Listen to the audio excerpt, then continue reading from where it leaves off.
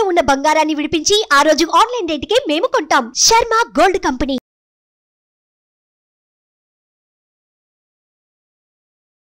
నమస్తే, welcome to Suman TV. నేను మీ యామిని. ప్రస్తుతం మనతో ఉన్నారు ప్రముఖ ఆధ్యాత్మికవేత్త, ప్రముఖ జ్యోతిష వాస్తు పండితులు సుభాష్ శర్మ గారు ఉన్నారు. గురుగారితో మనం మాట్లాడదాం. నమస్కారం గురుగారు. గురుగారు, మనం గత వీడియోలో చూసుకున్నట్లయితే కొన్ని రాశులకి క్రోధినామ సంవత్సరంలో రాజయోగం పెట్టే వాటి గురించి తెలుసుకున్నాం కదండి. ఇప్పుడు మధ్యస్థ ఫలితాలు ఉన్న రాశుల గురించి తెలియచేయండి. తప్పకుండా తెలియజేస్తానమ్మా. ముందుగా ప్రేక్షకులందరికీ శ్రీమాత్రే నమః, శ్రీ గురుభ్యో నమః. నమో దేవ్యై మహాదేవ్యై శివాయై సతతం నమః. నమ ప్రకృత్యై భద్రాయై నిహతాం ప్రణతాస్మిత. మధ్యమ ఫలితాలు ఉన్నటువంటి రాశులలో గనక చూసుకుంటే మిథున రాశి మధ్యమ ఫలితమే, అలాగే సింహరాశి మధ్యమ ఫలితము, అలాగే తులారాశి మధ్యమ ఫలితము, అలాగే కుంభరాశి మధ్యమ ఫలితము. ఈ 4 రాశుల వారికి ఈ సంవత్సరం క్రోధినామ సంవత్సరంలో మధ్యమ ఫలితాలు ఉంటాయి. మధ్యమ మీన్స్ అర్థం ఏంటి అంటే వాళ్లకు జనాలకు అర్థమయ్యేటటువంటి థియరీలో చెప్పాలి అంటే కనుక జీవితంలో ఇప్పుడున్నటువంటి ఈ సిచ్యువేషన్లో క్రోధినామ సంవత్సరంలో అనుకున్నటువంటి ఇమాజినేషన్స్కి మనం అందలేకపోతాము, అనుకున్నటువంటివన్నీ సాధించలేకపోతాము.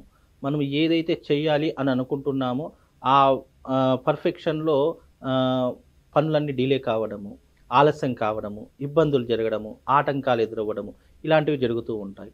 అలాగే ఆర్థిక వ్యవహారాదులు అంటే ఫైనాన్షియల్ విషయంలోకి వస్తే కనుక డబ్బులు అధికంగా ఖర్చు కావడము, వృధా ఖర్చు కావడము, అనవసరంగా ప్రయాణాలు చేయడము, హాస్పిటల్స్కి ఎక్కువగా ఖర్చు కావడము, లేదా సంపాదించిందంతా ఏదో ఒక రూపకంగా ఖర్చు అయిపోవడము, లేదు అంటే ఆస్తులను అమ్ముకునేటటువంటి వ్యవహారాదులు జరగడము, ఇలాంటివి ఎక్కువగా జరిగే అవకాశం ఈ 4 రాశుల వారికి ఏర్పడబోతుంది.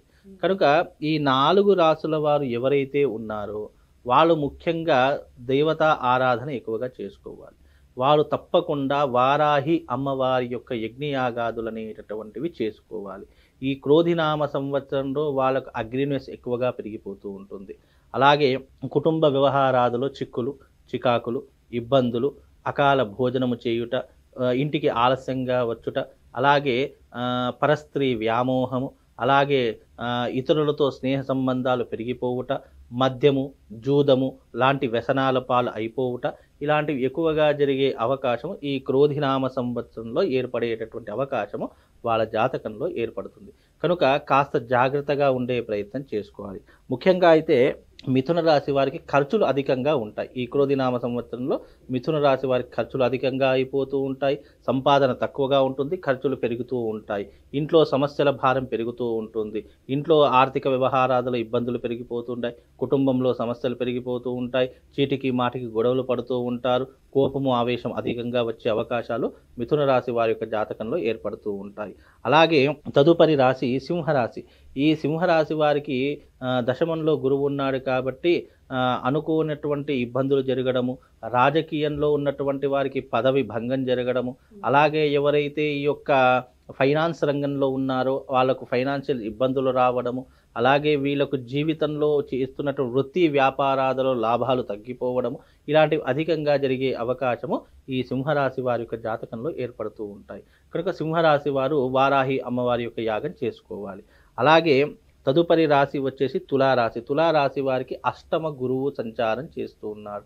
అష్టమ గురువు అనేటటువంటి స్థానం కనుక చూసుకున్నట్టయితే అష్ట కష్టాలు తప్పవు అని అర్థము.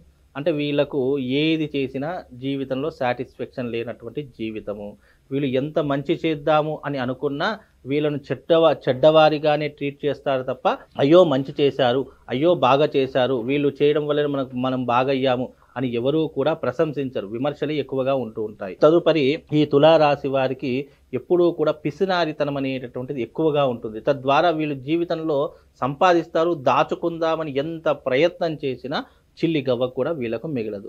ఖర్చులు అధికంగా అయిపోతూ ఉంటాయి. జీవితంలో వీళ్ళకు ఉన్నటువంటి ఆశలు, కోరికలు విపరీతంగా పెరిగిపోతూ ఉంటాయి. ఏదో అనుకుంటారు, వీళ్ళ జీవితంలో ఏదో జరిగిపోతూ ఉంటుంది. అలాగే వైవాహిక జీవితంలో ఎక్కువ ఇబ్బందులు రావడం జరుగుతూ ఉంటుంది.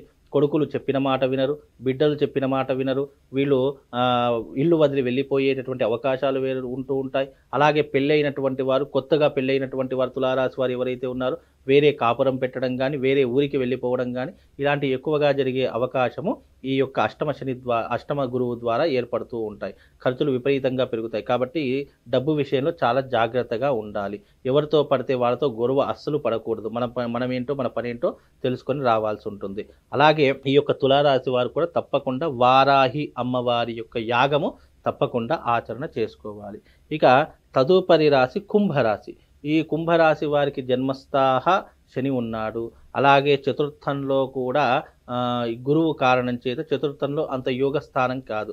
తల్లిదండ్రులకు కొడుకులకు పడకపోవడము, కుటుంబంలో చిక్కులు చికాకులు ఎక్కువగా అయిపోవడము, ఒకరి మాట ఒకరు వినకపోవడము, అలాగే కుటుంబంలో ఎంత డబ్బు సంపాదించినా మనశ్శాంతి లేకపోవడము, చూడ్డానికి అన్నీ ఉంటాయి కానీ ఏది అనుభవించే యోగం లేదు అన్నప్పుడు వీళ్ళకు అనేక రకములైనటువంటి మానసిక వ్యధ అనేటటువంటిది వీళ్ళకు ఏర్పడుతూ ఉంటుంది. కనుక కుంభరాశి వారు కాస్త జాగ్రత్తగా ఉండాలి. ఈ కుంభరాశి వారు కూడా తప్పకుండా వారాహి అమ్మవారి యొక్క యాగం అనేటటువంటిది ఈ క్రోధినామ సంవత్సరంలో చేసుకోవాలి. ఈ 4 రాసుల వారు తప్పకుండా ఈ క్రోధినామ సంవత్సరంలో మధ్యమ ఫలితాలు ఉన్నాయి కాబట్టి అంతగా వీళ్ళకు యోగం బాగాలేదు కాబట్టి క్రోధినామ సంవత్సరంలో వారాహి అమ్మవారి యొక్క యాగం చేసుకుంటే ప్రత్యేకంగా తప్పకుండా చేయించుకుంటే కొద్దిగా మెరుగు, అంటే గుడ్డిలో మెల్ల అన్నట్టుగా మనకు ఏదో ఒక రకంగా అదృష్ట యోగం అనేటటువంటిది అవకాశం వస్తుంది. అలాగే కొన్ని గండాల నుండి విపత్తుల నుండి అధిగమించే అవకాశం, తప్పించుకునే మార్గము ఈ యొక్క వారాహి అమ్మవారి యొక్క యాగం ద్వారా వాళ్ళ జీవితంలో ఏర్పడుతుందమ్మా. అంటే ఈ రాశుల వారికి కొంచెం మెరుగైన ఫలితాలు రావాలంటే ఎలాంటి పరిహారం చేసుకోవాలంటే ఎక్కువ, అంటే ఈ అమ్మవారికి సంబంధించి కాకుండా? అమ్మవారికి సంబంధించింది కాకుండా ఏదో చిన్న చిన్న ఫలితాలు, అయ్యో మేము అంత ఖర్చు పెట్టుకోలేమండి, మేము ఇంట్లోనే ఏదైనా చేసుకోవాలి అని అనుకుంటే గనక ఈ 4 రాసుల వారు ప్రతి గురువారము నాడు తప్పకుండా అమ్మవారి యొక్క ఆలయానికి, ఏ అమ్మవారైనా పర్వాలేదు, మీ దగ్గరలో ఉన్నటువంటి శక్తి ఆలయానికి వెళ్ళి అక్కడ అమ్మవారి దగ్గర నిమ్మకాయ డొప్పలలో దీపం వెలిగించాలి. అది కూడా నువ్వుల నూనెతో వెలిగించాలి లేదా నెయ్యితో వెలిగించాలి. ఇలా ఈ సంవత్సర కాలం అంతా ప్రతి గురువారం వచ్చిందంటే చాలు నూనె డొప్పలలో నిమ్మకాయలు తీసుకొని వెళ్ళి అక్కడ రసానంతా పిండేసి ఆ నిమ్మకాయ డొప్పలు నూనె వేసి వత్తులు వేసి అమ్మవారి యొక్క నామస్మరణ చేసుకుంటూ ఆ దీపాన్ని వెలిగిస్తే వాళ్ళకు ఉన్నటువంటి దారిద్ర్యాలు కొంతవరకు తొలగిపోయే అవకాశం ఉంటుంది.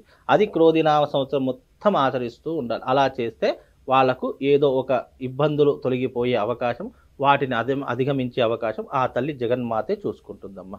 చాలా చక్కగా తెలియజేస్తారండి, ధన్యవాదాలు. శ్రీమాత్రే. సుమన్ టీవీలో మీ పర్సనల్ అండ్ బిజినెస్ ప్రమోషన్స్ కోసం కింది నెంబర్కి కాంటాక్ట్ చేయండి.